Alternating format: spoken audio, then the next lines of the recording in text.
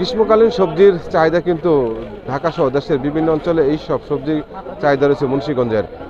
গ্রীষ্মকালীন যে সবজি সে সবজি কিন্তু খরা আর অতিবৃষ্টির কারণে কিন্তু এইসব কৃষকদের ক্ষতি রয়েছে। সেই বিষয়ে কথা বলেছিলাম কৃষকরা যেমনটি বলছেন বিগত সময় কিন্তু এইসব সবজি মুন্সিগঞ্জে চাহিদা রয়েছে বিষমুক্ত সবজি, পাশাপাশি কিন্তু দেশের বিভিন্ন অঞ্চলে কিন্তু এইসব সবজির যে চাহিদা তারা কিন্তু বিক্রি করতে আসছেন। আজ রয়েছে আমরা ধলাগো বাজার, দেশের যে পাইকারি সবজি রয়েছে সেই পাইকারি সবজির হাটের সর্বচিত্র বলি। প্রতিদিন ভোর থেকে কিন্তু সকাল 8টা পর্যন্ত এইসব সবজি কিন্তু বিক্রি হয়। পাশাপাশি রয়েছে এখানে প্রায় এই মুন্সিগঞ্জে 1 কোটি টাকার প্রতিদিন সবজি বিক্রি হয়। যারা খুচরা বিক্রেতা রয়েছেন তারা কিন্তু এইসব হাটে কিন্তু বিক্রি করে দেশের বিভিন্ন অঞ্চল থেকে তারা পাইকার আছেন, তারা কিন্তু এইসব সবজি ক্রয় করতে আসেন। আমি কথা বলেছিলাম যারা বিক্রি করেন কৃষক তাদের সাথে, তারা যেমনটি বলছেন মুন্সিগঞ্জের সবজি তো আপনার এই যে বন্যা বৃষ্টির কারণে এই সব পানির তলে সবই নষ্ট হয়ে গেছে। বাজারটা শুরু হয় আজানের পর থেকেই। আজানের পর থেকে আপনার 7টা হতে 8টা ধরে এর মধ্যেই শেষ, পাইকারি বেচা না, তারপরে খুচরা বেচা কেনা হয়। খবর ফসল ভালো, কিন্তু খবর বৃষ্টি মানে আবার নষ্ট হয়ে গেছে সব। ধরেন এবারকার 70,000 টাকা চালান খাটাইছি, কিন্তু আমি 12,000 টাকা বেচছি, এখন সব নষ্ট হয়ে গেছে।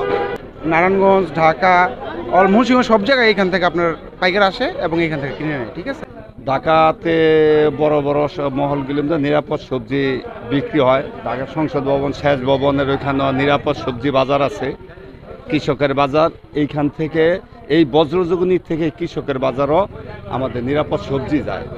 যেহেতু বিগত সময় কিন্তু যে সবজির চাহিদা ছিল, পাশাপাশি কিন্তু এই সব সবজির যে বিষমুক্ত সেই সব সবজি কিন্তু অনেকটা বলা যায় যেহেতু অতিবৃষ্টির কারণে, পাশাপাশি কিন্তু খরার কারণে কিছুটা ক্ষতি রয়েছে। তারা বলেন যেহেতু সদর উপজেলা বর্জ্যযোগিনী, রামপাল, মহাকালী, চরকেওয়ার ইউনিয়নের আলদির বাজার সহ বিভিন্ন স্থানে গড়ে উঠেছে একাধিক ভাসমান এইসব যে বাজার রয়েছে সেই সব বাজারে কিন্তু প্রতিদিন সকাল থেকে 9টা পর্যন্ত কিন্তু প্রায় 1 কোটি টাকার এই গ্রীষ্মকালীন সবজি বিক্রি হয়। সেই সব বিক্রি কিন্তু পাইকারিভাবে এখানে বিক্রি হয়। এখান থেকে যারা ক্রেতা রয়েছেন, যারা পাইকার রয়েছেন, তারা কিন্তু ক্রয় করে দেশের বিভিন্ন স্থানে যাচ্ছেন, ঢাকা, নারায়ণগঞ্জ, পাশাপাশি কিন্তু জেলার সর্বোচ্চ স্থানে কিন্তু এইসব সবজি বিক্রি করেন। পাইকারদের সাথে কথা বলছিলাম, তারা এখান থেকে ক্রয় করে দেশের বিভিন্ন স্থানে কিন্তু বিক্রি করেন। দোকানে বিক্রি করি, হ্যাঁ পাইকারি নিয়ে এখন আবার বিক্রি করি আব্দুল্লাহ বাজারের ভিতরে। হ্যাঁ প্রতিদিন আমি আসি এখানে। সবজি আল্লাহ দিলে ভালো চাহিদা আছে, ঢাকার থেকে অনেক ভালো আল্লাহ দিলে। এইটা আল্লাহ। যারা এখানে আড়তদার রয়েছেন তাদের সাথে কথা বলেছিলাম, প্রতিদিন সকাল থেকে কিন্তু 8টা পর্যন্ত এইসব কয়েকটি বাজারে কিন্তু প্রায় 1 কোটি টাকার উপরে সবজি বিক্রি হয়।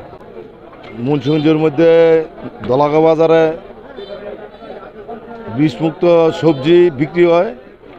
প্রায় ধলাগো বাজার, মুন্সিগঞ্জের সব জায়গায় 1 কোটিটার মতন সবজি বিক্রি হয়। কিছুদিন আগে ঝড় বৃষ্টির কারণে অনেক ক্ষয়ক্ষতি হয়েছে, এই জন্য সবজির দাম একটু বৃদ্ধি হয়েছে। প্রতিদিন 1 কোটি টাকার উপরে বেশ কয়েকটি বাজার কিন্তু সবজি বিক্রি হয়। এই অঞ্চলে সাধারণত কৃষকদের দাবি এইসব সবজি দিতে তারা পাইকারিভাবে দেশের বিভিন্ন স্থানে বিক্রি করে, তাহলে কৃষক লাভবান হবে। মোহাম্মদ সুজন, মোহনা ডিজিটাল।